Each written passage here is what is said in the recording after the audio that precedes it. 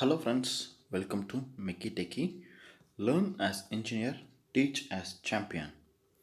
First of all, I would like to thank my family for their continuous support on creating these kinds of technical videos in public domain. And I would like to thank my mentor, Professor R. Surendran from Government College of Technology for igniting me for creating such these kinds of technical videos in the public domain. And I would like to thank Almighty for my health and broad mind, my friends, followers, my dear students and subscribers. Today's topic of interest is flywheel. Okay, let me give an introduction, brief introduction about flywheel. The flywheel is a device which stores the energy. Generally, we can say a reservoir of storing energy. When there is a here we called so-called supply demand thing is here.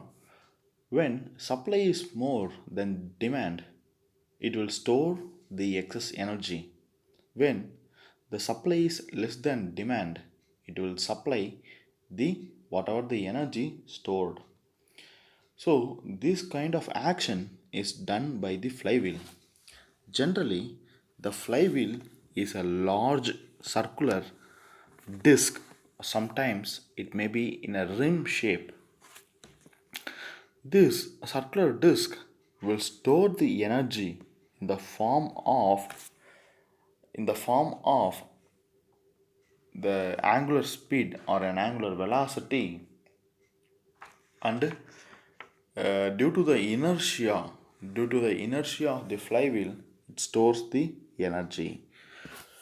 Therefore, here for the flywheel, the mass and the angular acceleration is important for the making flywheel. And I would like to give some of the examples of flywheel. Generally, the large stationary diesel engines, or all the engines are having those flywheels for storing the energy. Or we can say in a cycle, the wheel, which is one type of a flywheel, when we pedal once, it starts rotating. It stores the energy and it starts rotating when even we are not pedaling the vehicle or a cycle. So that is the function of a flywheel. Okay, let me give an introduction about the flywheel. The flywheel, it is a reservoir of stores the energy during the period of when the supply is more than the demand or requirement, and release the energy during when supply is less than demand. And most of the thing is this: it does not maintain constant speed or it will reduce the fluctuation of speed. The fluctuation of speed only it is reducing. It does not control the speed variation caused by variation of load. So these two things have been controlled by governors. We have to know the difference between the governor and the flywheel. In flywheel, we have a turning moment diagram which is very important. We consider for an engine, if it is a four-stroke engine, we know that it having four strokes of suction, compression, working and the exhaust, where the working stroke we get the maximum amount of energy, that is T max. And we know that the four stroke engine, uh, it complete all the four stroke in 720 degrees, that is two revolution of a crank. Therefore 2 into 360, it becomes 720 degree. That we can take it as an 4 pi of radians. 4 pi radians.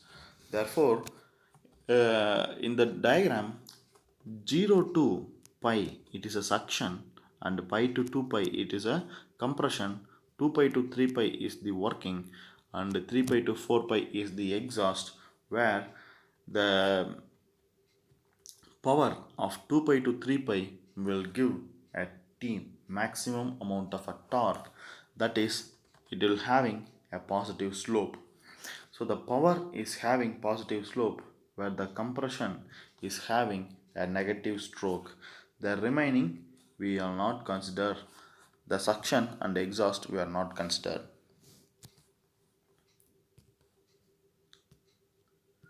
Therefore, the work done per cycle, we know that the work done for the cycle is T into theta, where T is equal to I into omega.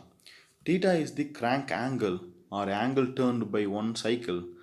That is, for a two stroke, the theta is equal to 2 pi.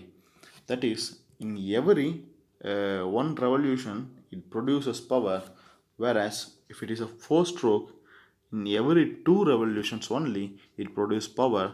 Therefore, the theta becomes 4 pi. Therefore, if we want to produce a work done, or if you want to produce or calculate a work done per cycle, we need the T mean. T mean. We know that theta is constant, therefore T mean is a very important. Whereas T max minus T mean is equal to I into alpha max, where I is the moment of inertia.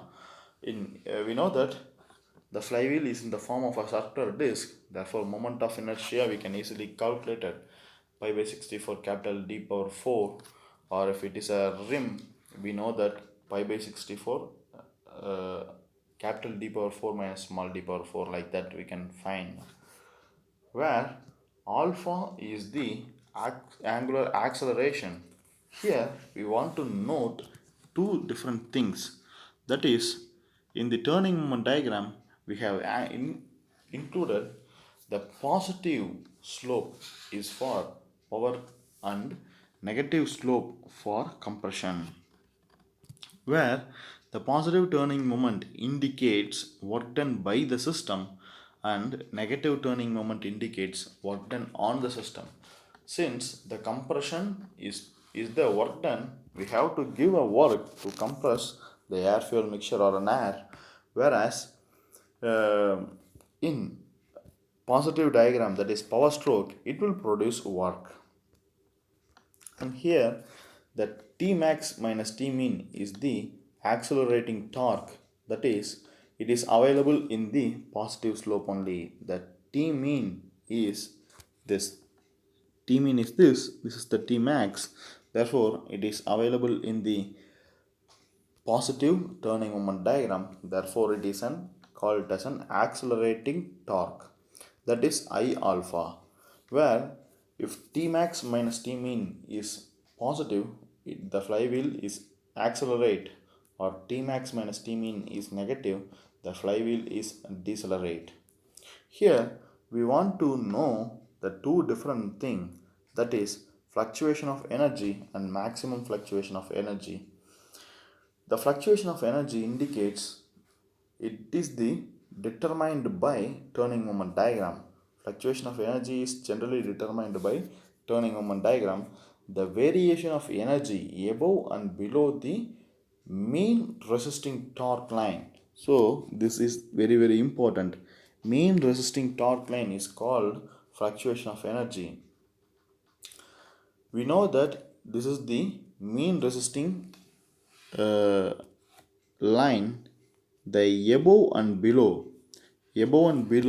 for a cycle, which is called as a fluctuation of energy. So this one is called fluctuation of energy, where maximum fluctuation of energy is called the difference between maximum and minimum energies available.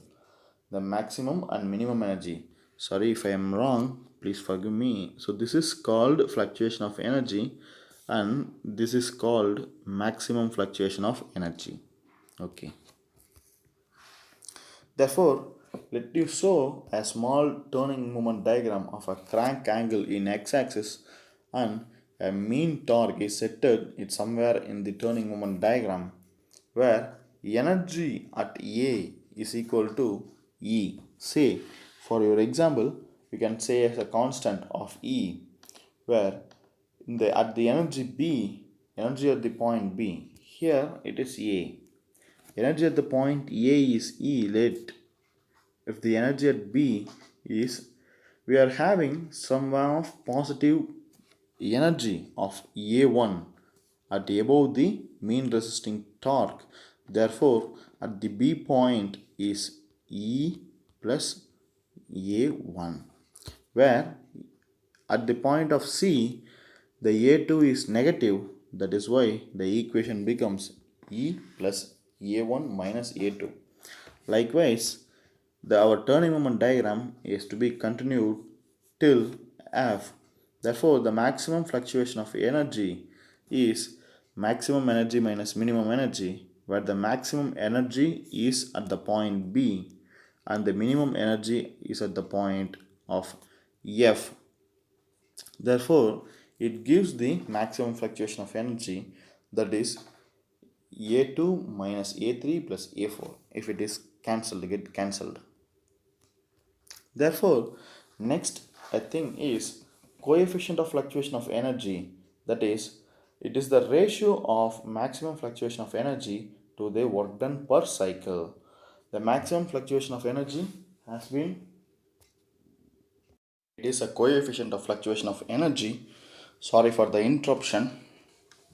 The coefficient of fluctuation of energy is the ratio of maximum fluctuation of energy to the work done by the per cycle.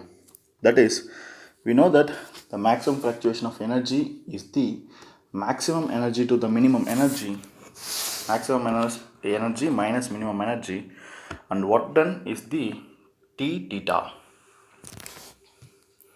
Therefore, mean torque is the, we know that the formula P from the power P is equal to 2 pi n by 60. Therefore, 2 pi nt by 60. Therefore, if you are interested in T mean, therefore it becomes P into 60 divided by 2 pi n. That is nothing but P by omega, where P is the power transmitted, n is the speed, and omega is the angular speed, where work done per cycle is equal to power into 60 divided by n. N is the number of strokes per minute. If we say if it is a two-stroke engine or a steam engine, the small n is equal to n, that is rpm speed, whereas if it is a four-stroke, it is a rpm divided by 2. And four-stroke cycle, there is a small n is equal to capital N by 2. Therefore, maximum fluctuation of the speed is nothing but the range of the speed. Therefore, n1 minus n2, where n1 is the maximum speed and n2 is the minimum speed. Whereas the mean speed, we can easily get the mean speed, that is the average of the two speeds, minimum and maximum speed, that is n1 plus n2 divided by 2. Therefore, we know that the coefficient of fluctuation of speed is equal to maximum fluctuation of the speed divided by mean speed, that is a range of the speed to the mean speed, that is 2 into, here we know that the maximum fluctuation is n1 minus n2 and the mean speed is n1 plus n2 whole divided by 2. Therefore, it becomes 2 into n1 minus n2 divided by n1 plus n2. So like that, the formula is getting. If it is in the angular speed, instead of n, we put omega. If in the term of a linear speed, instead of n, we can put a linear velocity of v. Next is an important topic, the coefficient of steadiness. It is the reciprocal of coefficient of fluctuation of the speed, that is inverse of Cs, that is coefficient of fluctuation of speed. Therefore, n1 plus n2 divided by 2 into n1 minus n2.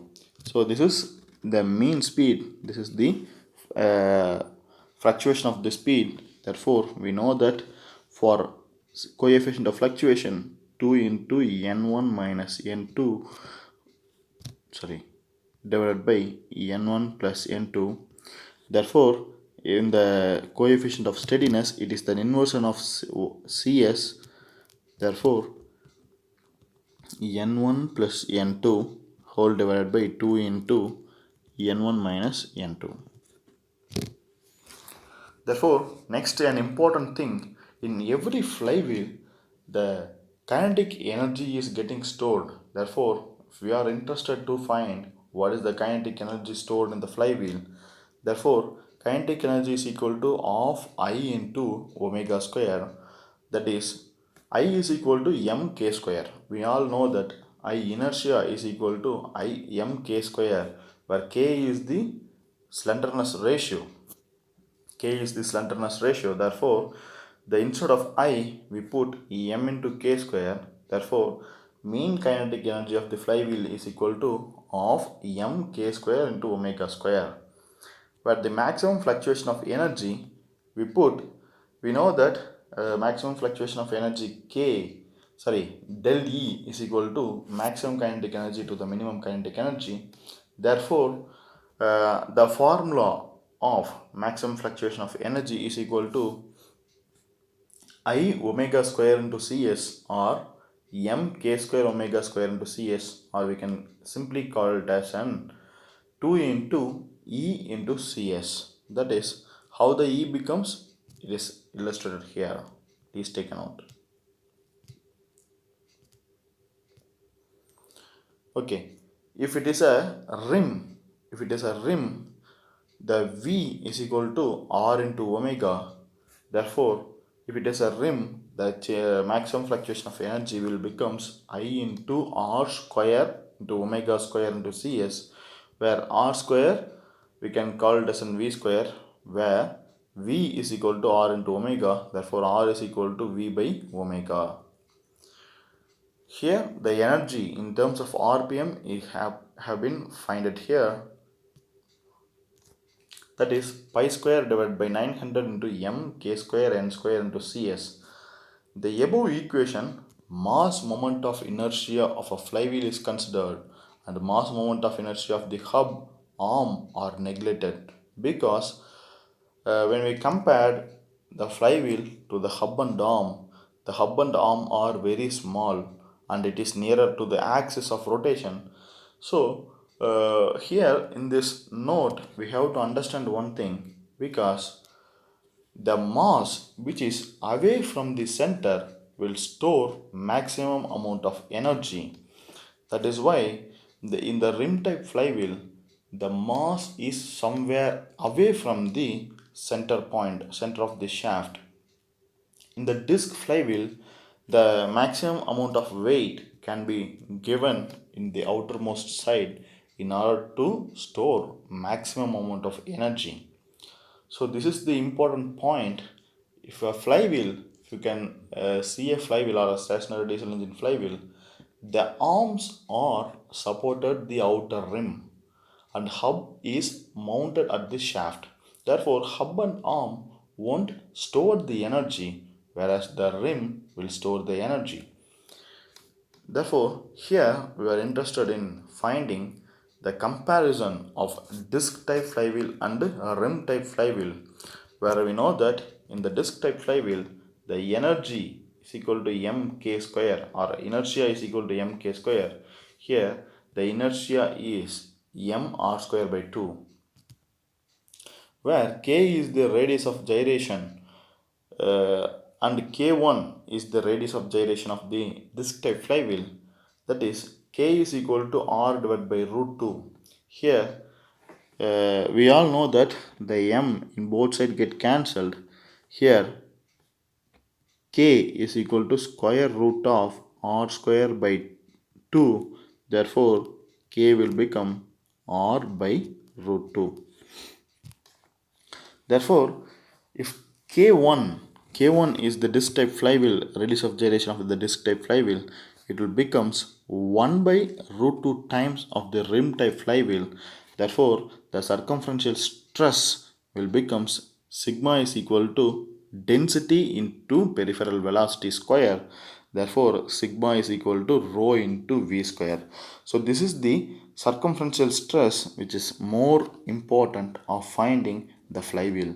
The flywheel will store the energy and it is getting stressed. It is circumferentially stressed. I hope that you have enjoyed the video. I have given enough knowledge whichever I know in the flywheel. If you have any doubts, please let me know in the comment section. I will put another video, and I also learn the new things. Thank you all.